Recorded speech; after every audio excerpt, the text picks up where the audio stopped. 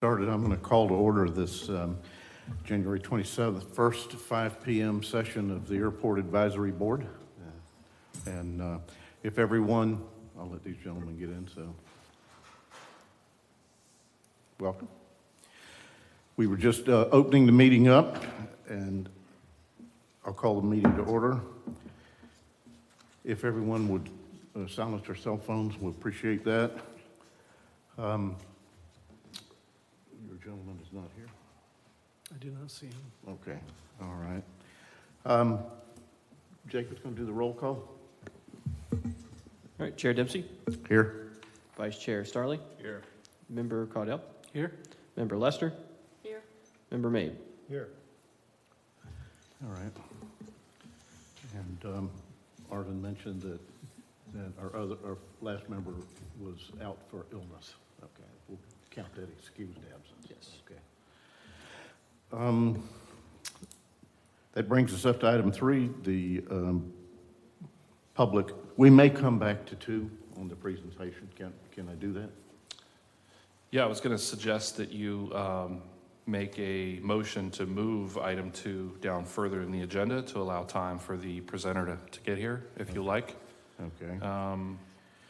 That individual may be pulling in right now, actually. Okay. If we want to move that down to after item number 5, noise abatement, that'll give time. Would that be all right? Okay. So if you make that motion, somebody second it, and then call the roll, we'll move item 2 to after item number 5. We have a unplanned, not on the agenda request to make a presentation to us, and that person is not yet here yet. So pursuant to Arvin's request, we're going to move item 2 presentation down to below item 5, in between 5 and 6. And I'll make that motion. Can we get a second? I'll second. Okay, so the motion, to be clear, is to move the presentation portion of the agenda to after noise abatement. Yes. Option for Yes. portion 5. So, okay. All right. Then I'll go ahead and call roll. You, Mr. Caudell, you Yes. for seconding it. Okay. So, made it. All right, so Chair Dempsey, Agree. Vice Chair Starley, Agree. Member Caudell, Yes, agree. Member Lester, Agree. Member Mabe. Agree. Okay.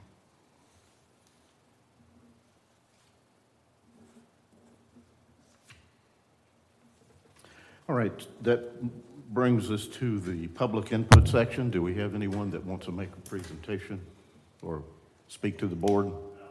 Okay, if you would come up and introduce yourself, and you'll have 3 minutes when I start this clock. If you would introduce yourself and talk to us. This is just a monologue, not a dialogue situation. This should be quick. Shane Williams, Director of Flight Operations for Epic Flight Academy. Pleasure seeing everybody again, starting off the new year, 2025. I know we've come out of the gate strong. I know there's quite a few, I think Bravo, Taxiway Bravo. I know that's coming up this year. New admin building, some good additions and changes for the airport. Happy to still be involved, happy to still be here for every meeting. I guess one thing maybe I can ask, we are here I think at 5 p.m., because there was quite a few people that felt they didn't have time to come at 2 p.m. and maybe make a motion to put it back at 2 p.m. because we all would love 2 p.m. over 5 p.m. But other than that, still very happy to be a part of the solution and the things for the airport. Thank you guys for everything, most certainly. Thank you, Shane. Appreciate that. Any other public input? No. We'll press on to item 4, the consent agenda. Consider the approval of the Airport Advisory Board regular meeting minutes from October 24th. I have reviewed those and I was fine with them. Do we have anyone that has concerns with them, or can we get a motion to accept them? Motion to accept. Second. Okay. That was Tim and David. Motion and a second. Okay. Okay, then to approve, Chair Dempsey, Yes? Vice Chair Starley, Yes. Member Caudell, Yes. Member Lester, Yes. and Member Mabe. Yes. Unanimous approval.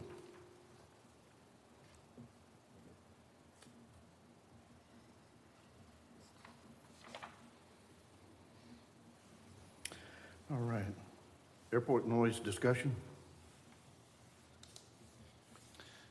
Yes, thank you, Chair Dempsey. So I will go over just a few comments. Nothing, not a whole lot to report. Basically, I'll just go over the reports and some of our continued efforts.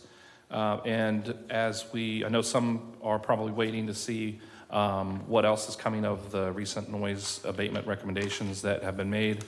But as we entered the fourth quarter late last calendar year, and we encountered storms, and we've had an election, and we've had a lot of things going on, and when the holidays, so we anticipate we should have more answers by the time we go into the next scheduled advisory board meeting. So stay tuned on that. For the time being, here's just the reports, and this is for the period 2 calendar years in the making for 2023 and 2024. And this is all this information is provided through the cooperation between Epic Flight Academy and the airport, who both monitor flight activity. And as you know, Epic Flight Academy has their very own noise abatement officer, who is here today. Thank you very much. And we continue to meet monthly.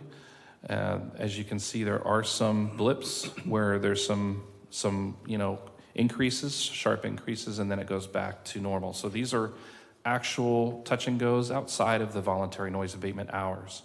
And so I think, as you can see, we've been doing very good. Some of those months when it went higher, those were actually months when it was 1 or 2 particular individuals who were then counseled, and in some cases where employment was terminated. So Epic is taking this very seriously, and we appreciate their efforts.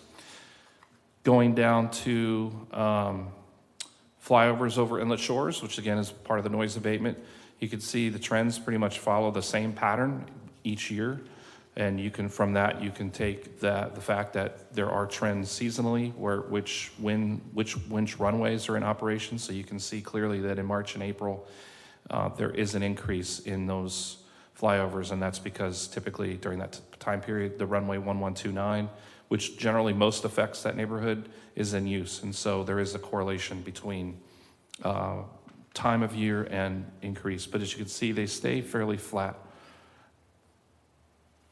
And then this is a similar analysis, but what this is taking into account not just Epic, but all the other flight schools in the area. Not every single one, but the major flight schools: Epic, Embry-Riddle, which is noted on this report as ERAU. I'll blow this up a little bit so you can see this a little bit more clearly. Embry-Riddle Aeronautical University, Phoenix East, which is noted as PEA, Air America. Those 4 schools are some of the largest in the area, and they account for the majority. Together, they can account for a lot of our operations. So this is what this statistic does, is allow us to see how much of a percentage of our total operations does each of these schools account for, which is on the 3rd line down of each school. So for example, the year to date for calendar year 2024 for Epic accounted for 79% of the operations out of New Smyrna Beach, and they accounted for about 22% of the flyovers over inlet shores. Embry-Riddle, only 5% of the operation, but accounted for 21%. So that kind of shows the level of cooperation that I think we're getting out of Epic, and I think they're to be commended, and also shows the challenges that we have with schools that are much larger and are not based at Embry-Riddle. There are, as you can see, a dip there in December after I got with Embry-Riddle. It went down to 5%. It went down to 22%. But again, their operation dipped a little bit. So we're continually reminding them, but with such a large operation, I mean, they're about to be conducting about 600 flights a day out of Daytona Beach, and with 300 plus flight instructors. So there are challenges there to that operation. Again, they only count for 5%. So 5% of 120 flyovers is still a very small amount. And as I let on, we'll have more information, but that's all I really have to report on the noise abatement program at this time. Okay. All right. Thank you, Arvin. Appreciate that update. We do have some time set aside. We rearranged the agenda, sir, for a presentation If or is this the gentleman that was going to make the presentation? Yeah. Okay. Jerry, if you'd come up and state your name and your address for the commission, and we have changed around the schedule for today to allow for you to make your presentation to the airport attorney, as well as the airport advisory board today. Hello, ladies and gentlemen. My name is Jerry Jakubek. I'm sorry, could you run the last name by one time? Jakubek. And previously, my partner, I believe, speaking to you in last year meeting, and you introduced that idea where we would like to develop our private property, the neighboring with the New Smyrna Airport, and what we are asking for is through the fence access to your airport. I brought some plans of how we would like to develop the property to solve. The reason we're asking for this is to help you with the long problem solutions with availability for private hangars. We come up with some plans that has some of the larger hangars for larger medium-sized plane, as well as the small planes. And basically coming here just to ask for the permission of what would require us to get that through the fence access granted from you guys. Okay. Would you like to see the plan? Yeah. Yes.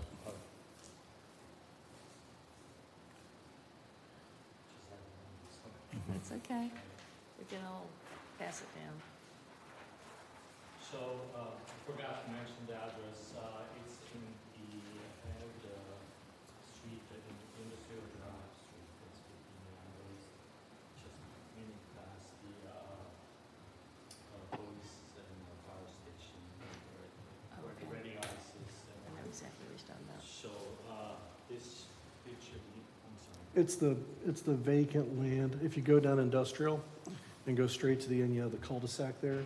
There's, how much land is it? 3? It's about 5 acres. It's the 5 acres, so you've got a 20,000 square foot building to the left at the end.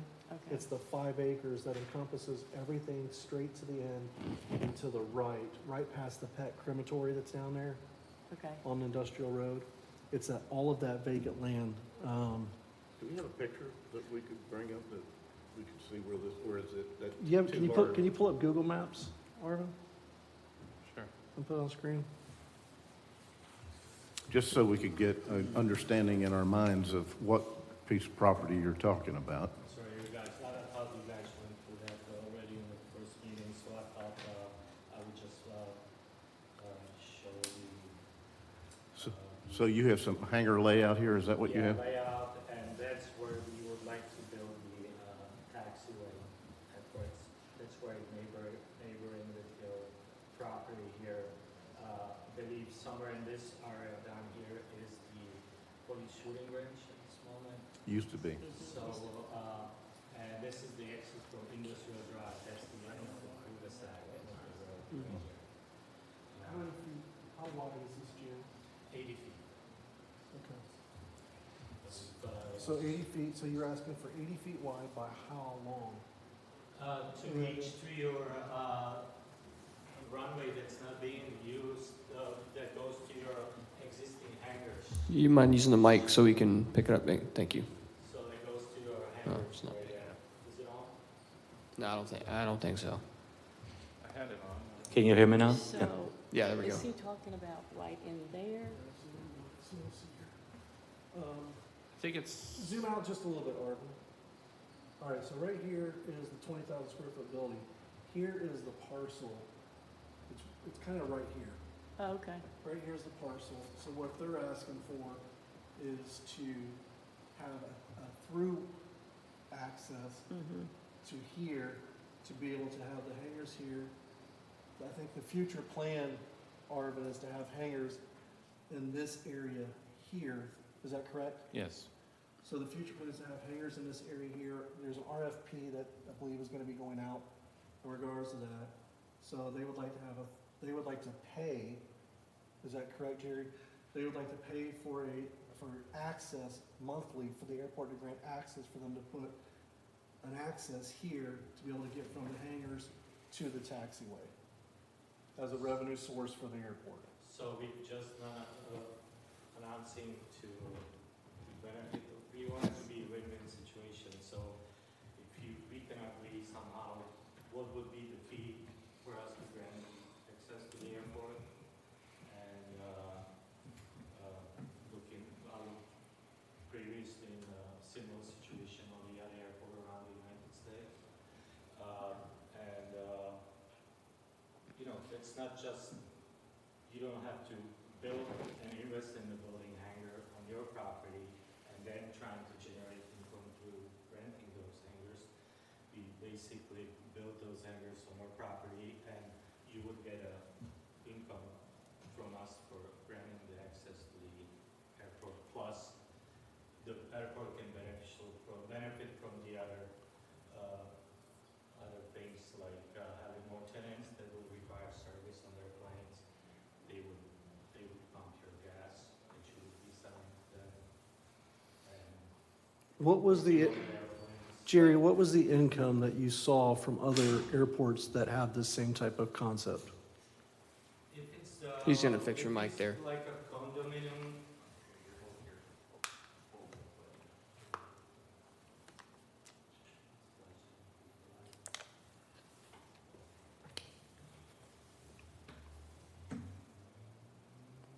Do I need to push the link button on this? Just make sure you don't put your finger on that again. All right, Thank so we look, and it's normally the where you charge the tie down fee for individuals. They like to get access to the airport, but what we would offer would be more generous to. We were thinking about $1,000 a month for getting the access. Well, I Is, think- is it possible that you could also, on that, there's paper over there with a list, you can write down your name, information, phone number, email, and so forth, and then consolidate all this into an email along with your plans, and that way, for future reference, we can, and this presentation format obviously isn't the most ideal situation, so if you want to email us all that information and consolidate it, and then that way we can disseminate to the board members and they can review it, and then this way, this is a good introduction. Jim, if that sounds good to you. Yes. Okay. Yeah, I agree. I was going to say the same thing. is Okay. We need some type of written communication with illustrations and your intent, those types of Absolutely. things. Okay. And if you'll put your information on do you need a pen? Oh, you got one there. Okay. If you can put all your information down, you guys would contact him, and then we can get that exchange of information going between you and the airport management team, and we can go from there. Very good, thank you. And we appreciate you bringing this and kind of kicking the ball. Okay, we can get this thing started. And that was my comment, I think, the last time, is that we need some type of formal business communication coming to the airport management team so that we can get something started. Because we have to look at it and make sure that it makes sense from a business standpoint for the airport.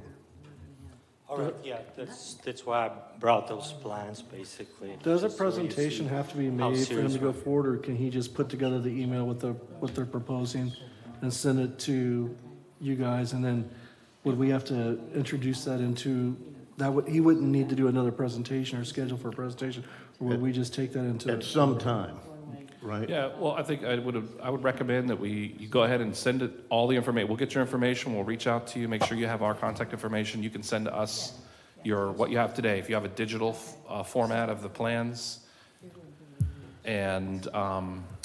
And then, any business plan that you might have, as much information as you could share, detailed. But then, yes, initially to us, and then at a further date, once we have all a good information, we'll probably come back to discuss it further as a group. Okay. Any other question on your part that might Not answer yet. at this point? Not yet. No, I don't think. I know so, there yeah. was when we presented previously, there was a consideration with safety, the Yes, property extent. yes, we would have to go all into that. That's details that we'll have to get into.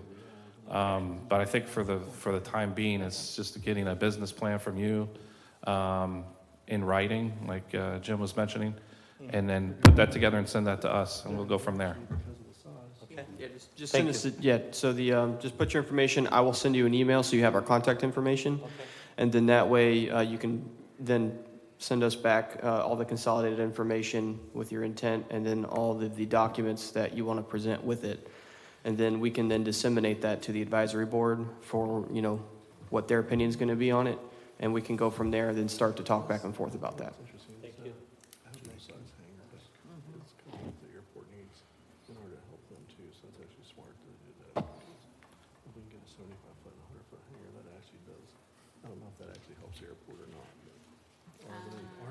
I think it would because, Because of the traffic that they're kept coming in, we were just. You have to Good. make Thank sure you we're very on the much. mic so we How, can. how many, Oh, sorry. how many people are still on the waiting list? We have about 50 people for T hangers and 15 people for executive T hangers. The executive hangers do not move. That list doesn't move. The individuals on the individual T hangers, those move about a year and a half it takes to go through the whole list. Say that again, Arvid, what's the number? About 50 to 60. I don't remember the exact number on the T hanger list. Approximately. But the T hangers, like the individual T hangers, that's about 60 people on that. And that takes about a year and a half to 2 years to get through that. And then there's about 15 people on the executive hanger waiting list. And I don't know the last time we moved somebody in to the new one. I'm about to, for the first time, I think, in a couple years. So those just don't move because the demand is high and there's not enough of them. Okay. Okay, Jack, Thank you. just for your guys' information, that spelling is Jakubeck. Okay. Jerry Jakubek, okay? And thank you, sir. We appreciate you coming and presenting your idea, but we now need to get a formal dialogue going between you and the airport management team. And then at some point, if this comes around, it would come back in. We'll disseminate it to you, yes. Yeah. So you did put your email on that, correct? Okay, thank you. All right. Very good, thank you. Thank you. Okay, that brings us up to old business, Thank you. which I don't think we have any old business. Okay. New business? Any new business? Okay, that's going to bring us up to the airport management update.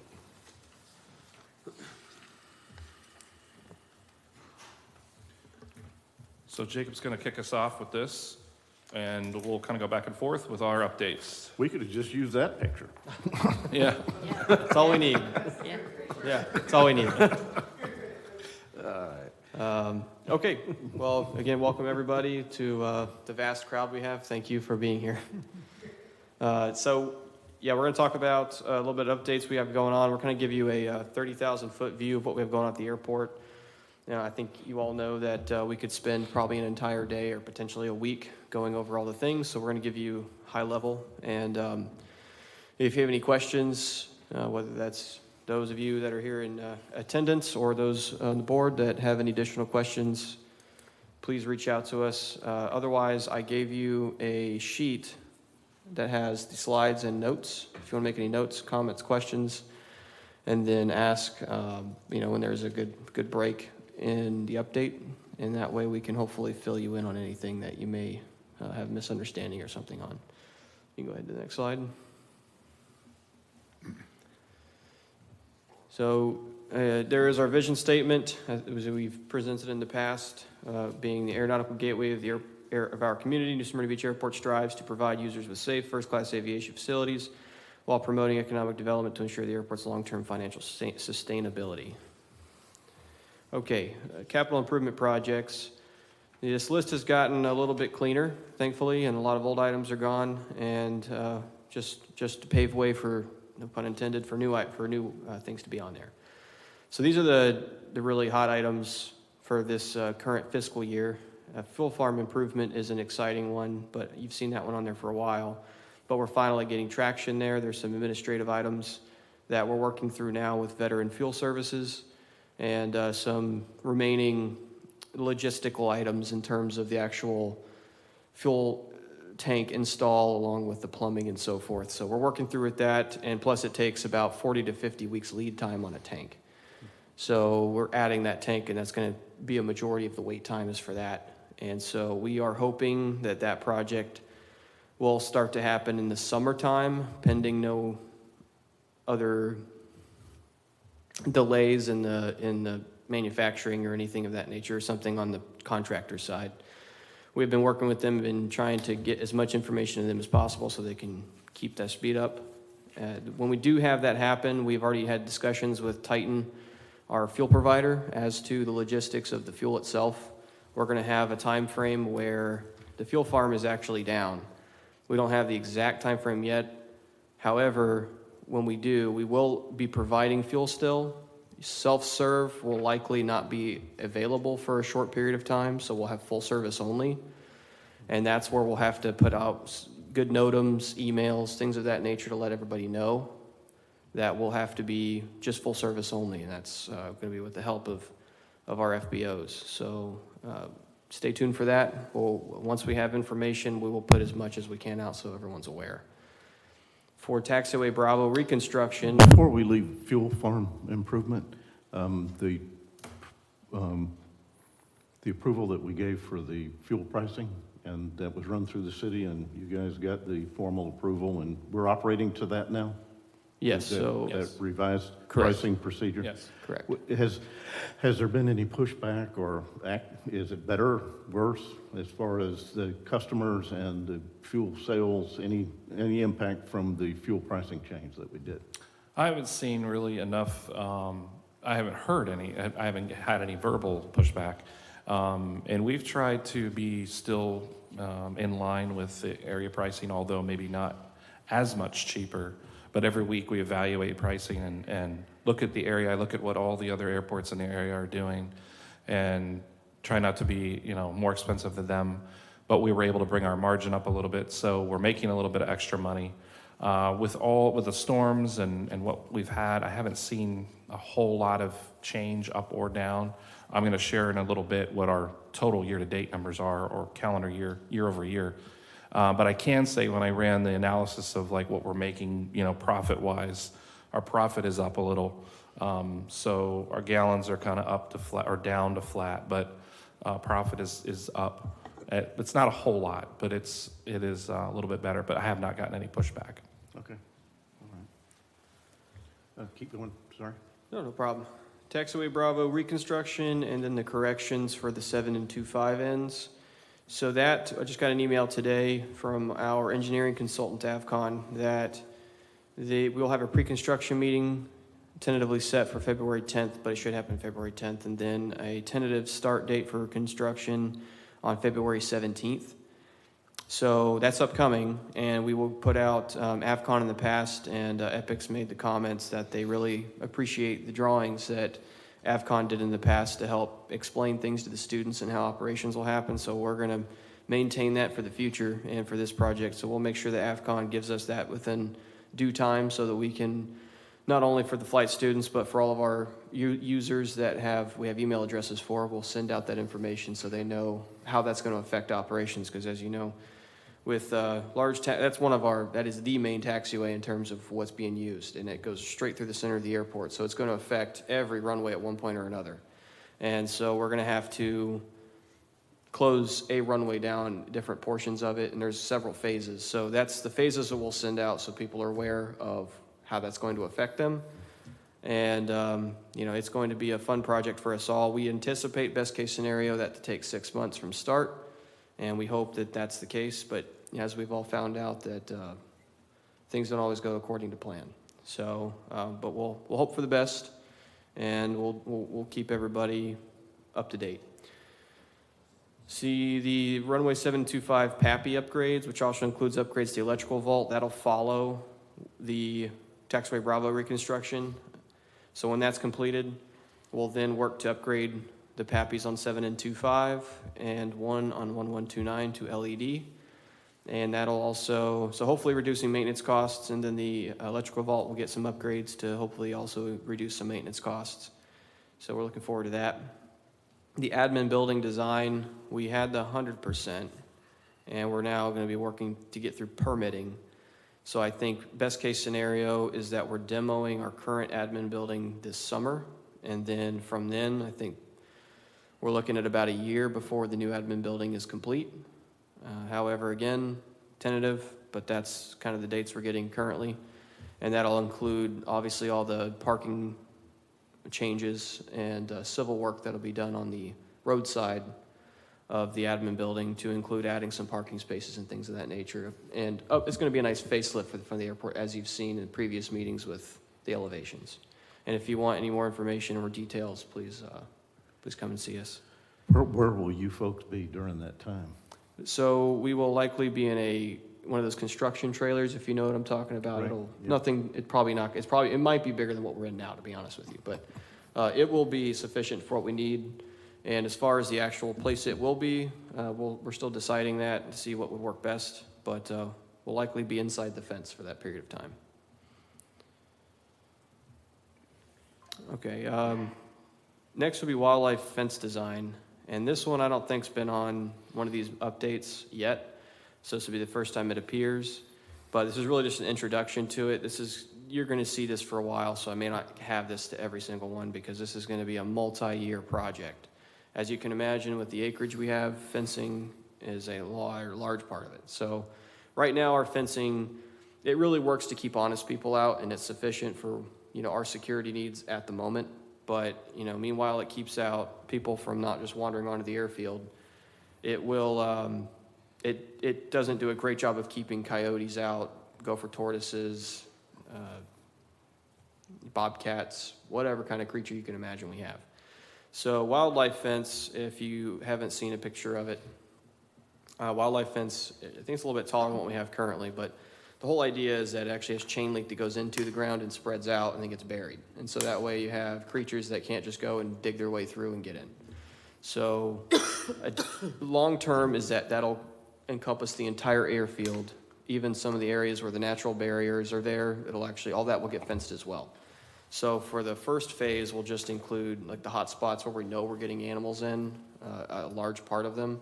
So that's kind of where we'll start, and then over several years, we'll then, because it's not a cheap project, and we will get funding to help us with that. So this is just kind of an introduction to that, and we'll show, as we get more information on the actual layout of it, and if you want to see that, I may show that in a future meeting, kind of how that's going to look as we kind of go down the line. But that's where we're at with the wildlife fence design. Help me remember the funding for that particular project, the wildlife fence, the funding. Should be It's FDOT. FAA and FDOT. So it'll be a joint. Yeah, It's both. back to that standard formula that we have with FAA and FDOT Yes. as far as funding. So this is Okay. identified as a project that was critical for our infrastructure here in New Smyrna quite a while ago. And We had the study done where yes. they came in and presented the wildlife study Yep. to us. Okay. In 2022, our wildlife hazard mitigation program was accepted by the FAA, and they approved of it. And as part of that, in that program, it talks about there's a whole layout, like Jacob was talking about, of the hot spots. Okay. It even addresses where there's drainage ditches that aren't properly cut off. And so it's encompassing the whole area, but the first area is certainly around where the wooded areas and the wildlife, where the wetlands are. And that's where you have a lot of activity coming in from coyotes. Do we have it on a annual basis? I mean, are we having incidences with planes and wildlife? I have a slide later that dives a little bit more into the mitigation side, so we'll get to that. Okay. Yeah, and it's more preventative than it is. There was a coyote. The coyote incidents are on the increase. Like we're seeing more and more coyotes nationwide, it's definitely a problem. American Airlines just hit one in Chicago, O'Hare, the other day. Well, But in in Inland New Shores, we Smyrna have our own Beach- Facebook group, and every week there's Yeah. a coyote from somebody's In New Smyrna ring Beach, camera, and Yeah. on their front porch or in their yard or Yeah. whatever, and we're right there too, so we see it. We recently attended a USDA seminar that's put on for general aviation. So the requirements for 139 airports or commercial airports are different than the requirements for general aviation. But where we're able to, we're trying to follow the highest standard that we can, so we can just make it as safe, considering how busy we are here. Okay. For everybody, I ask questions like this sometimes just as a reminder for us and for information for the new folks or people that have been off the board for a while on how this came up, what the study was. We had a formal study done and how we're funding it, just so it brings you guys up to speed. Thank you, On Jim. what we've been doing here, okay? I think it's a great idea because it's helpful for whoever's watching as well, Jim. Yeah. Okay, all right. I'm sorry, continue. So on to a Hurricane Milton update, just because of the buildings that were damaged. Most of the buildings that had damage, more so, gutters, roofing, things of that nature, were taken care of. And any items that have come up following, we have warranty for that. The larger items, which I have listed here, 404 United Drive, our T-Hangar E at the south side of the airfield, and 1531 Airway Circle are the larger kind of issues that we had with the storm. 404 United Drive is one of American Aero's buildings, and it's one of the older buildings that wasn't rebuilt. Well, that one it had some interesting event where the pressure differences between inside the building and outside the building at that exact spot ripped the doors out and threw them over the backside of the building. Even one of the doors ended up across the street, and an I-beam was impaled into the ground. So there was a decent amount of wind and pressure changes that caused some issues there. So that, needless to say, that building was in quite a disrepair. If I recall correctly, the tower told us we saw 100 plus. They did get a reading of 118. Okay.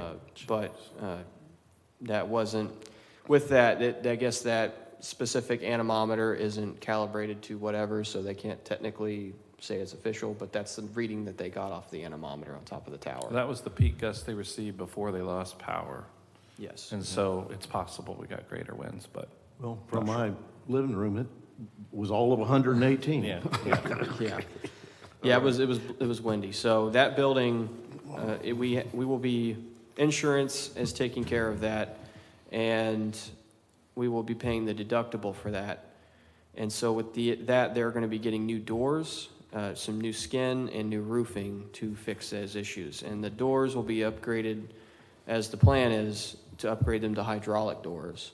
So they're no longer what the current setting is, that you just manually slide them. So it'll be standard as compared to his other buildings, which is kind of something we want to have these certain standards set around the airport of, types of doors, colorings, things of that nature. So at least for what we own, because that's helpful for us. It helps reduce our maintenance costs if we have a lot of similar like items. It helps us reduce the amount of stuff that we have to potentially plan for.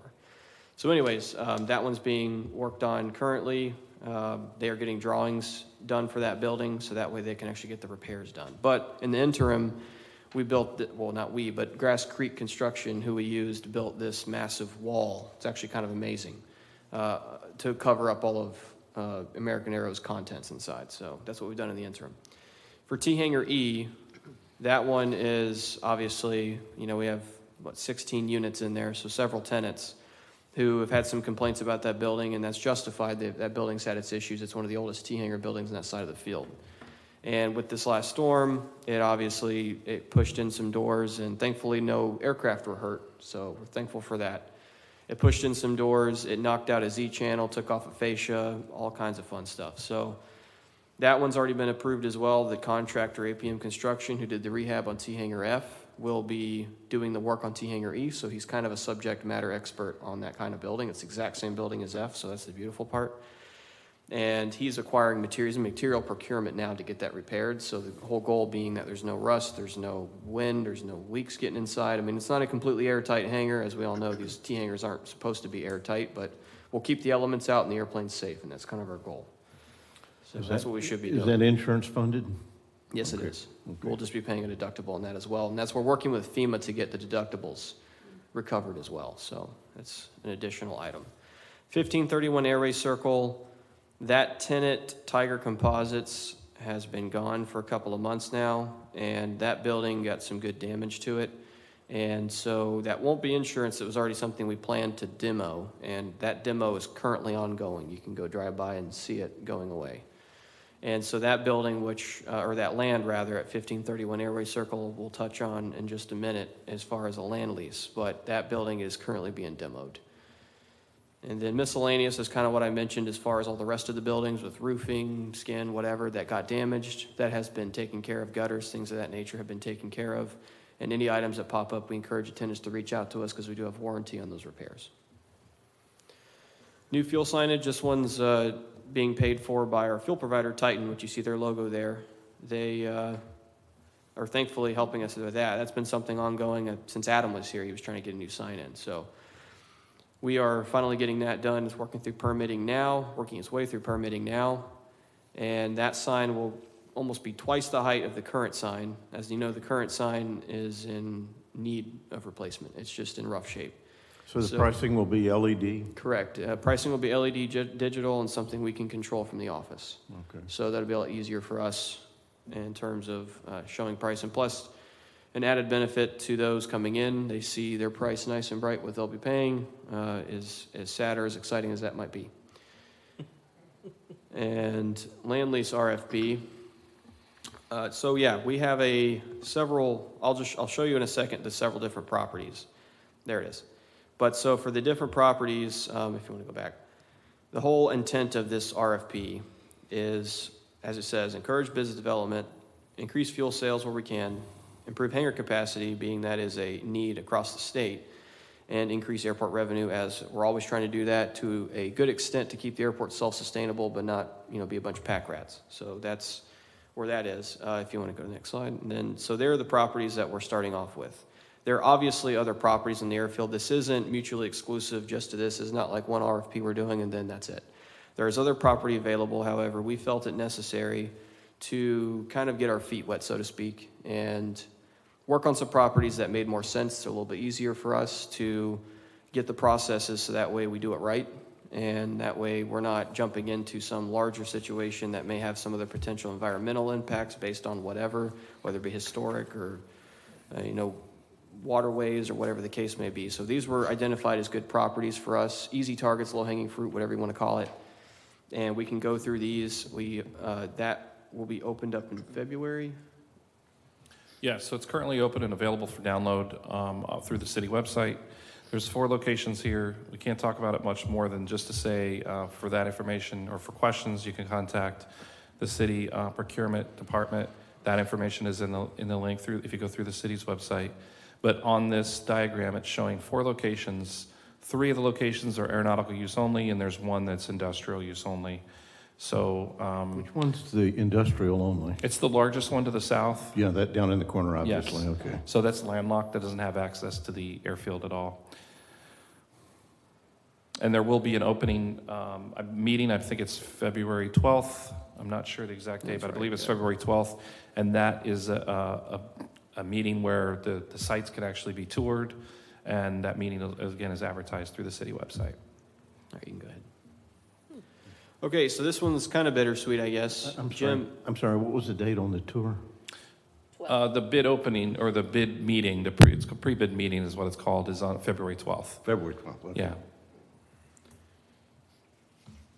Jim couldn't make it tonight, unfortunately, but I think maybe all of you have met Jim at one point or another.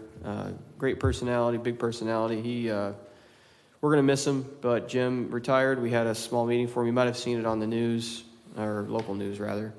But we had a small get-together for him. Epic also had a get-together for him to thank him for his years of service. We each put together some gifts for him and wish him well in his retirement. He's going to do the grandpa thing. We're happy for him. And so he's moving up to North Carolina, and we're already feeling the effects of not having him, so we wish him the best and thank him for all the years he gave to New Smyrna and to the safety of air traffic in general, because I don't know if you know much about his background, but he did quite a lot, so we want to thank him for that. And Do you see any staffing implications relative to his retirement? Yeah, I'll discuss that here, actually. Yeah. So, yes, to your point, it's obviously not up to us what RVA does. RVA is the company that is contracted by the FAA. We can have our comments and concerns, which we have done with them. They did not fill in Jim's spot, and they've reduced staff by 1 at our ATC facility. I'm not allowed to go into their how exactly they're set up due to security reasons. But just to let you know, they are reduced some staff. And so we're working with the new tower manager, Scott Fansler, which because of that, he has to work a position and be the tower manager. And as you can imagine, that's a lot to do. I mean, it's an incredible amount of work, and we're trying to take as much off of his plate as we can because, we want to do what we can to help him from the airport standpoint. But at the end of the day, RVA has their decisions to make financially. And so we understand that. However, we don't want to compromise safety and service to our users. So that's something we'll continue to work on and monitor with RVA and talk to Scott to see what we can do to help him and his staff, because we don't want to obviously see people going away because of potential issues with that. So that's something we're continuing to monitor. Yeah, I think we'll just add to that. Would it be appropriate to discuss that a bit, or should we wait until comments? comment? Well, we're talking about it now. If you Well, have okay, a question yeah, for them. I think this is something that really represents a potential threat. I know you're well educated, everybody at this table, on the concept of threat and air management, and certainly any organization with a robust safety infrastructure is well educated on it. But the problem I see here is that we have an airport that really has some operating complexities if you compare it to other general aviation airports in terms of the number of runways, the number of taxiways, the taxiways that cross runways. It just adds complication to the whole ability to control traffic. And we have a lot of traffic, and that's the point, and it's growing. So here we're talking about a complexity that is an inherent threat. We're talking about reducing ATC staff, which if we look at historically how that's worked out in the past in other facilities and other areas, it doesn't work out very well. At a minimum, I'd like to see the managers of RBA, is it, come in here and explain to us what they've done in terms of threat analysis, what they're doing to mitigate that threat, and ensure that we're not stepping into an area that would really have large consequences in terms of the safety of the airport and certainly the reputation of the airport should we have a serious incident or accident. When I found out about this and understood the implications of what the staffing was, the question that I posed and will pose officially now to the airport staff is that I would like to, there's a couple questions that I think come into play in regards to very valid points you've made. That the concern that I had was if there is an incident due to reduced staffing in our ATC facility and there becomes an incident, who is liable for that? And how does that process work? So God forbid, and we pray that this doesn't happen, but should there be an issue due to reduced ATC staffing or somebody's overwork or who knows what the issue is, but let's say there's an accident. My concern is, how is that processed? How does that claim get filed? Who does it get filed? Who is responsible? Where does the liability fall? And how is liability accepted should we have an issue with an incident that we feel could possibly be due to not staffing a tower properly for the sake of economics. That doesn't benefit the safety of anybody that utilizes the airport. So what I would like to do is I would like to formally ask our airport staff to get back to the board in regards to understanding how the liability of that works in regards to should there be an incident due to RVA's issue. But I also think RVA should address this commission in regards to what is their justification and reasoning, and can they show us that beyond a shadow of a doubt that we should not be concerned about that? And are they willing to say, you know what, we're so sure about it that here's what we're willing to do to protect you guys against liability as an airport? Kind of put your money where your mouth is kind of thing. If you're going to reduce the staff, then what can you give us as an airport that says, if we screw up, we own it because of our decision, our staffing decision that possibly may not be in the best interest of the airport? So is that the FAA really is where the liability falls, is my understanding. Is that correct? I mean, the FAA contracts with RVA to staff that tower. And so it is an FAA tower, it's just staffed by contractors. Well, the building and its contents obviously belong to us, the city. However, the staff and how they're operated is run by RVA, and they have a contract with the FAA. RVA just renewed, they bid for a new contract, because there's a couple of other, I don't know the companies that also do this elsewhere, but RVA netted like 15 some odd more towers. I'm not sure the exact number, but they have a contract with the FAA, which I haven't perused. But I certainly could find out kind of more how the logistics work between the FAA, the contract, and us, because, that's that new contract. I don't know if anything's changed, so I don't want to quote anything, but it's something I can look into.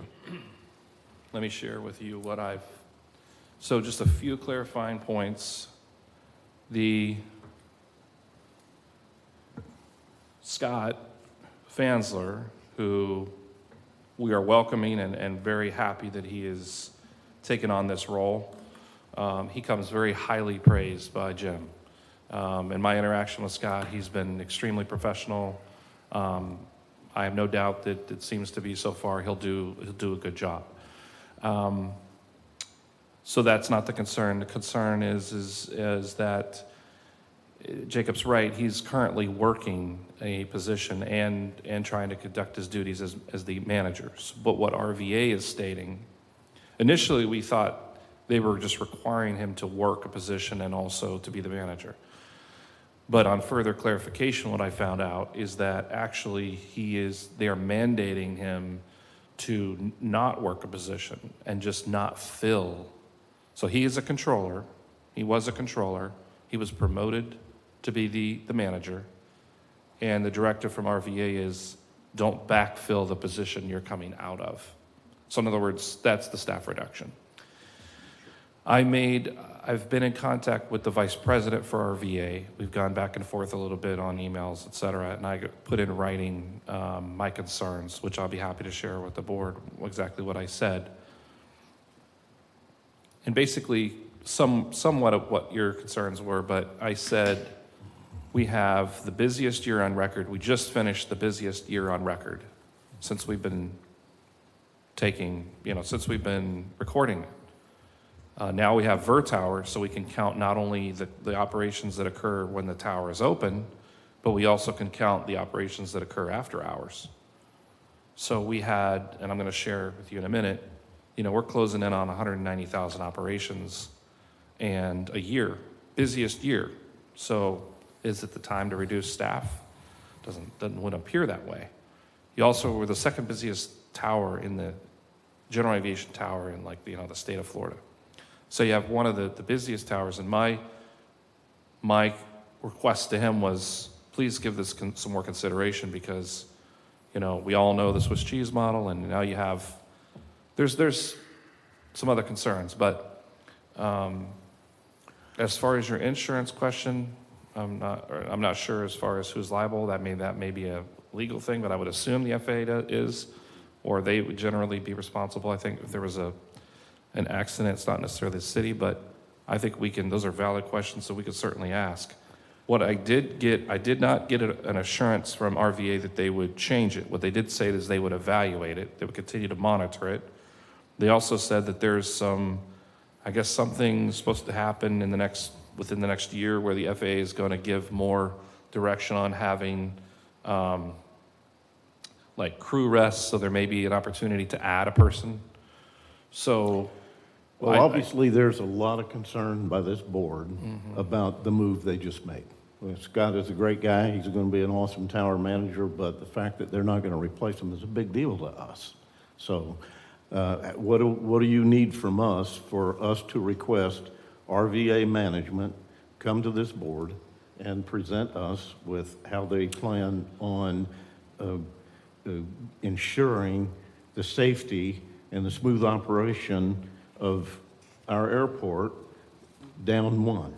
why don't you, Do why don't we at the end, when we get towards the end of our presentation, why don't we make a motion and we'll do that? Yeah. To make it formal? Make it Otherwise, formal. we could just do it, but I think it would be good if we made it formal. Yeah. And then I will take the minutes to Okay. him and I will make that request. Okay.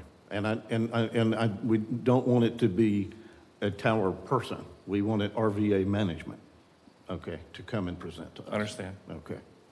I'm sorry, we're past the public session comments. So you let us know when the right time is, and we'll Yeah. craft a motion and request that RVA come in here, and we'll work with you a little bit on what we expect to see and hear from them. I think when we're at the end Does of this. everybody agree with that? At the end of this report, which we're Okay, about halfway through. Absolutely. okay.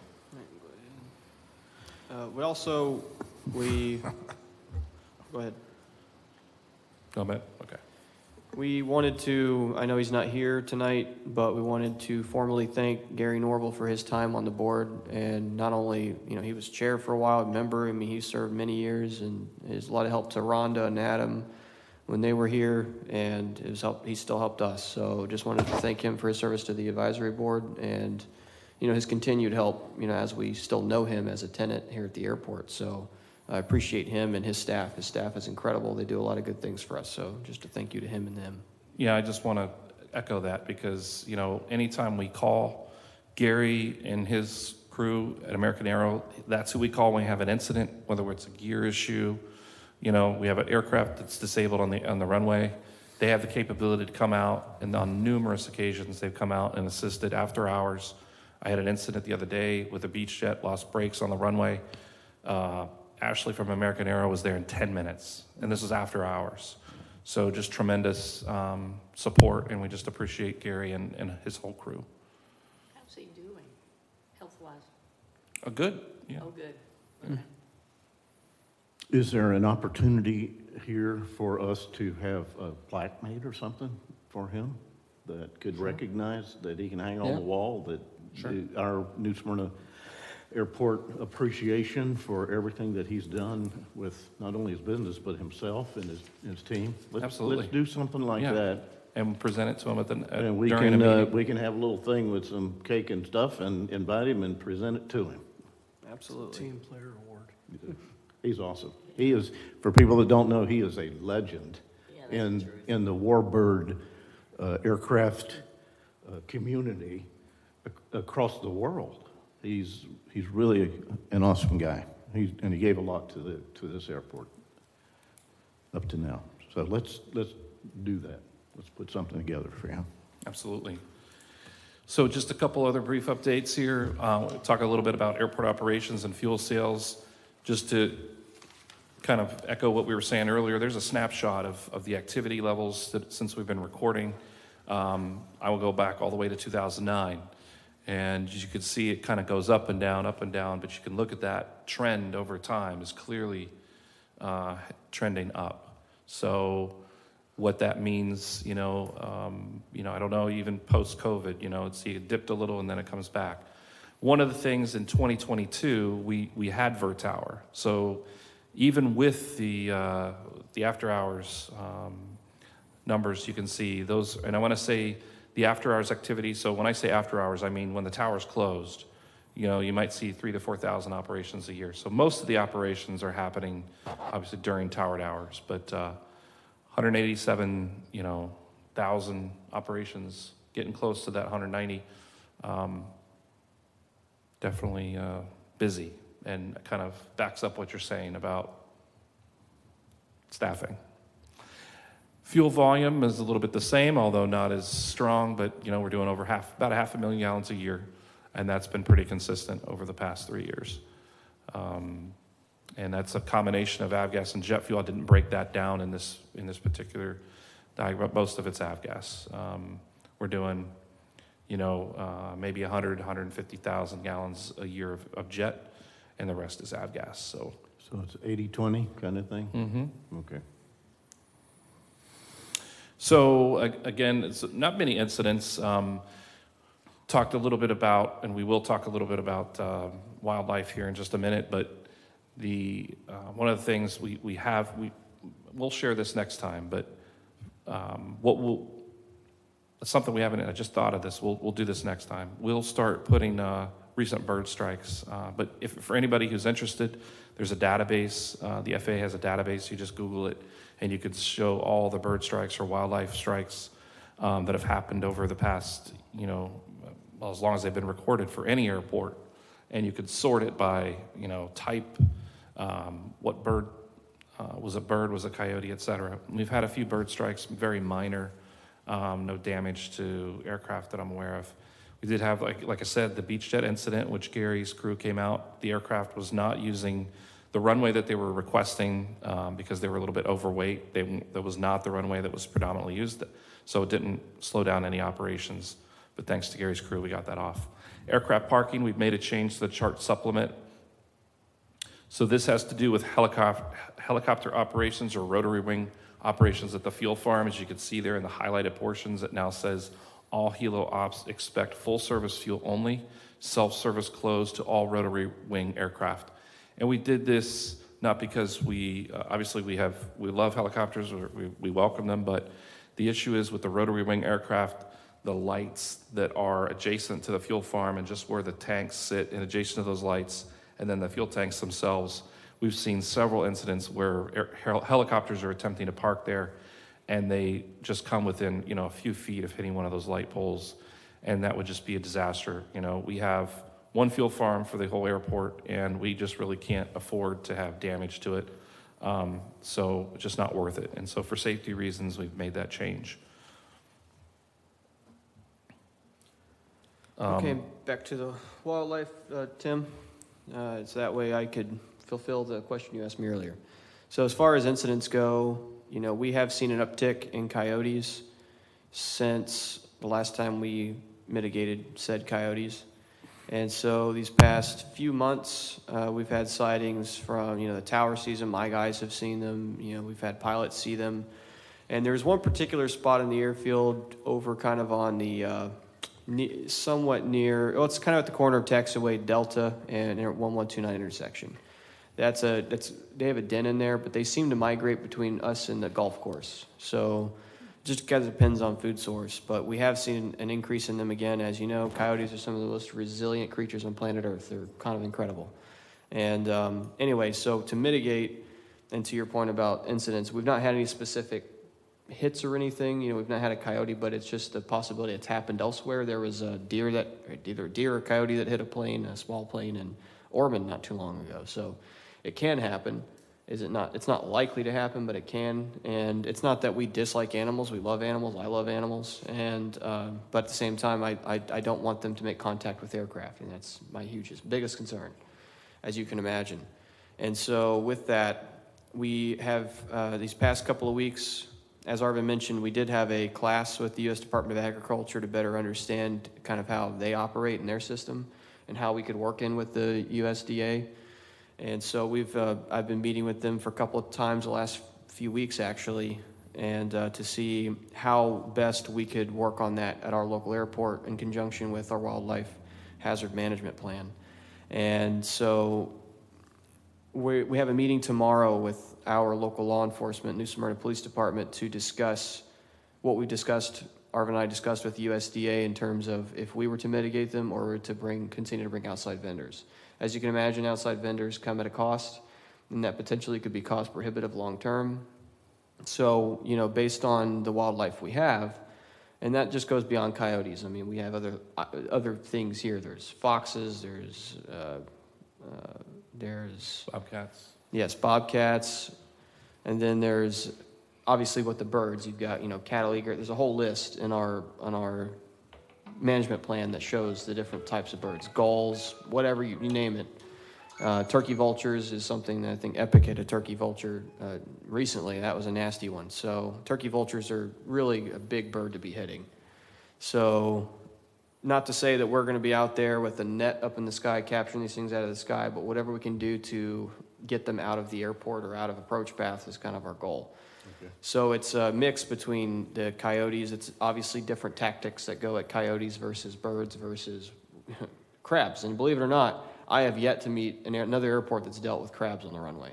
Not one. I brought it up at a meeting and they all laughed and said, "Oh yeah, you need to go get Old Bay." Like, well, that's a great suggestion, but it doesn't help me. We're talking about the big land crabs, the big blue, Like the crabs. the Florida blue crab. Yeah, yeah. So yeah. they'll run out there in the middle of the runway and they'll get crushed, and my guys fight with them, and it's it's unique to us, which is interesting. So something But see, else. everything has a like a cause and effect. So it's kind of funny, but it's like the crab, if they are they're deceased, and then all of a sudden you got turkey vultures, so it's attracting, everything affects everything else. It's a whole ecosystem. So, even with how we approach how tall the grass is, we have a certain height that we're cutting the grass, because too short, you attract certain kind of bugs, too tall, you attract something else. So there's a whole method to all of it, and that's something a lot of folks don't understand. We're talking recently about planning things to make certain areas of the airport look better. Like, no, you got to be careful of that, because you don't be careful what you want to attract. So we're happy that we have a wildlife biologist that we can consult from time to time on this. We And can't get rid of those. I mean, sorry? we can't, get like agriculture department or whatever to come in and take these animals out Yeah, and put them in a new environment. Well, that's what we're discussing. Well, So there's obviously there's laws that different go along with that. tactics. There's Yeah. depredation permits with the FWC based on the animal. You can't transport certain animals. There's just a whole thing that goes along with that we're and some are endangered. The Correct. gopher Yeah. tortoise So, has like- its own rules. correct. And we want to make sure. Eagles have their own rules. Everything has, so we just Yes. want to make sure we're doing everything legally, even with Correct. our with our wildlife mitigation program. We still have to apply for permits. You have to be careful. You're not even allowed to haze certain species. And by hazing, I mean you can't even go out there and scare them away, because they're protected unless you have permission. So, Yep. So, I mean, there was one day where I captured a live osprey because the FWC wouldn't come out during bird season. So it's an intricate thing that affects every airport. I mean, this is happening all over the place. And so we're no different.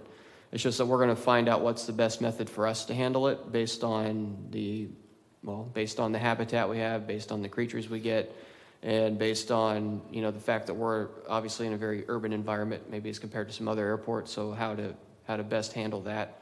So that's what the meeting is tomorrow with the New Smyrna Police Department, is to discuss that and how they would help us and they would assist us. They said they'd love to, so it's just a matter of, Arvin and I discussion with the USDA to determine what best way forward for us to best handle the wildlife we have in New Smyrna. Well, we'll be looking for an update. Excellent. I'll make it happen. Very interesting. So this was a cool one, and I also want to thank Epic in this one. So Blake was a young man, you can kind of see in the next pictures when we get to it, that he is about to turn 13, I think. He's a young man, and great kid. I mean, it was awesome to meet him. I loved it. I appreciate his aunt for coming in. So basically, this young man, he has a rare eye condition where he likely will lose his eyesight in the next couple of years, and it's a very sad thing. He's, got a bright mind, and he loves aviation, as we all do. He wants to be a pilot someday, and I hope for him that can happen. I hope there's some miracle that can happen, and so I hope and pray for that. In the interim, because he, is so excited about it, he has his own flight sim at home. He's obsessed with it, and it's great. So I reached out to Josh Schwinn, Josh Rollins, and Shane there at Epic, and as well as Matt Fowler. And so that was something I very much appreciate from them. They were able to take him up. Epic took him down to NASA to have him fly over the NASA Space Complex and meet their staff. They gave him some wings, made him a pilot, and he loved it. He loved it. And took his brother up too, so appreciate that. And then Matt Fowler had him up in the Stearman and in his own 172 and flew him around the area. You know, he got some good views of New Smyrna Beach. So, I mean, I don't think, you know, that's one great thing about aviation in general is the ability for people to get together and kind of help us. I mean, I know that when I was a kid, you know, I got to be part of some pretty cool experiences, people with aircraft, so that kind of drew. I wasn't born into aviation, so I was fortunate to be able to have those people to get to know, to get into aviation, and I'm glad for it. It's the same way for him, and Matt mentioned that's the same thing that happened to him when he was a kid, so it's just kind of passing the torch and allowing that for the different generations. And so after his flights, we took him around the airport and took him up in the tower. He met George and Joe up in the tower who were controlling that day, and they talked him through the whole process of air traffic control. And so, yeah, we were there all day, and he loved it. I think to him that was better than a full day at Disney World, so it's pretty cool. Awesome. And so, yeah, our Facebook page. And these QR codes, Tim, were fixed. Yeah, we got a new Facebook page there, so be sure to check that out. We've got 2025 calendars, so anybody here from the crowd that's here tonight could grab one. Those are nice calendars. Those yes. are really nice. They're What a crowd we have, too. What a crowd. Thank you guys for showing up tonight. We appreciate it. So we went over a lot, and I know we want to, after this presentation, want to go over, I know we want to make a motion, but any follow-up on all the, I know we kind of threw a lot of information at you, but How many open rental hangars have you got? Open hangars? No. Zero. Zero. no. Oh, absolutely zero. Yeah, with the waiting list of 50, 60 people. And how much, I hate to say that word, I won't say that. How much nastiness has come from the noise abatement lately? You know how the, Complaints? Or yeah, I'm talking about the people that live around here that, not too many. Really? The normal, there's a normal few. I mean, I'd say, same you ones know, that we always get? 99.999% of the complaints come from about one or two people, and Okay. nothing's really changed in that regard. I don't think there's been anything out of the ordinary. There've been the occasional person who, I think sometimes we get questions. It may not even be a complaint, like, hey, there was something that overflew my house at 1 o'clock in the morning. You know, what was that? And looked it up, and it's the sheriff helicopter or something. Oh, Nothing unusual.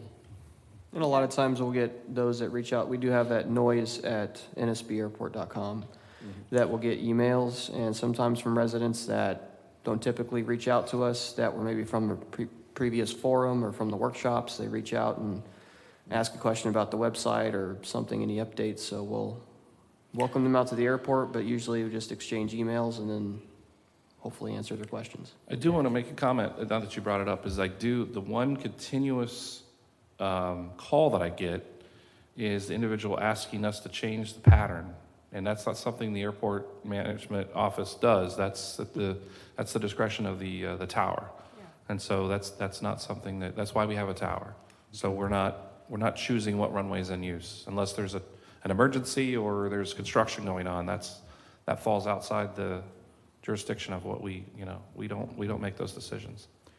Well, I'm going to consider us still on item 8, airport manager comments. We will jump to board member comments in just a moment, but while we're under item 8, I want to get that recommendation made, the motion made for the airport management to contact RVA and have them come to us and make a presentation on how they plan to go forward with the airport control tower operation, okay? And that would, and we're kind of looking at it just from the staffing standpoint, but I would leave it open enough that if they have any other thoughts in mind, they bring those too, okay? So we don't have them come in and talk about airport staffing, and then a week later, they make another change that they had in the work for some time.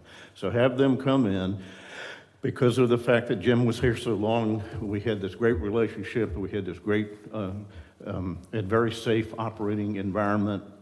We want their management assurance that they're going to continue that. So I'm going to make a motion that the airport management team bring RVA management in and give us a complete presentation on their go-forward plan for New Smyrna Tower. Seconded. Okay, Chair Dempsey, Agree? Vice Chair Starley, Agree. Member Caudell, Agreed, yes. Member Lester, Yes. and Member Mabe. Agree. Okay. All right. Are we done with 8, airport management? Yes, you can, we're on to item 9, I believe. Member comments? Mr. Mabe? No comments? No comments? Celeste, do you have any more? Hold on, let me just check something.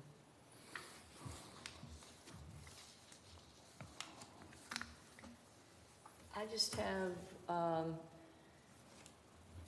okay, on the presentation of the new hangars that you're, the guy that came today.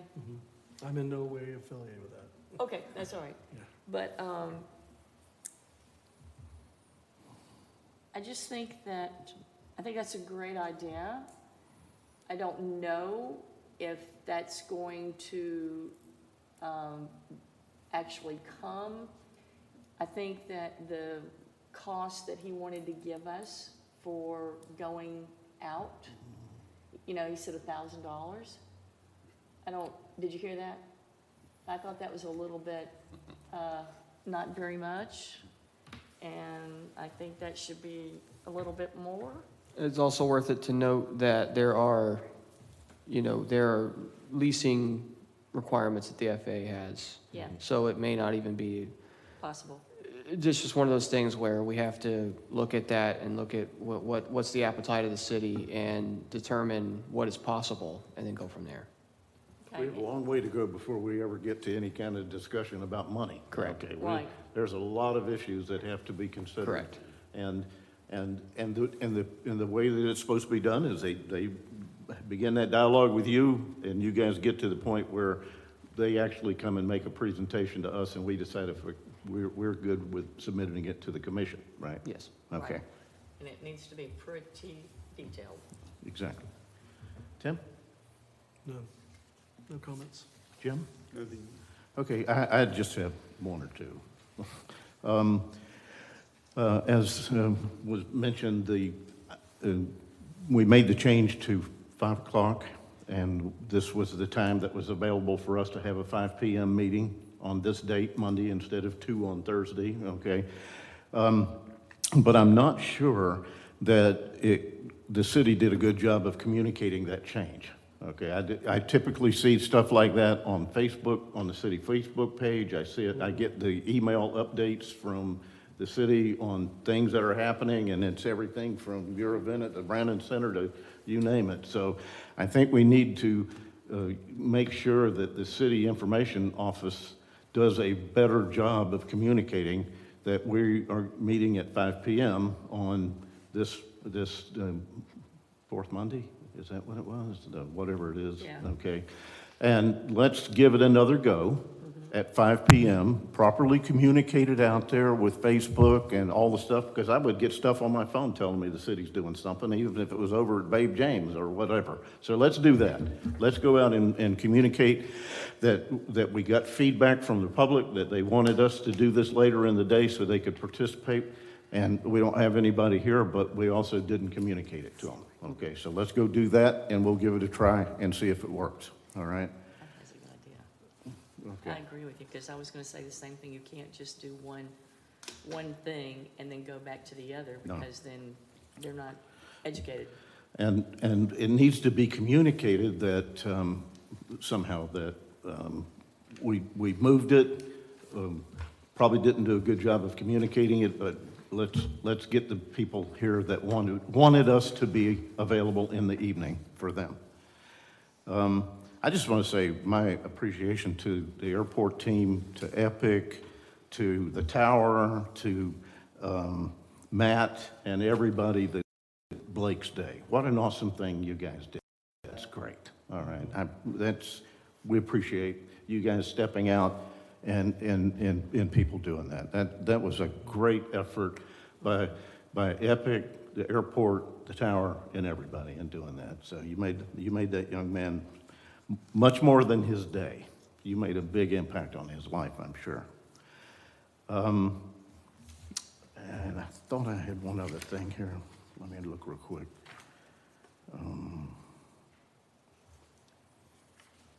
Nope, that's good for me. Anything else from anyone? Okay. All right, then I'm going to adjourn our meeting for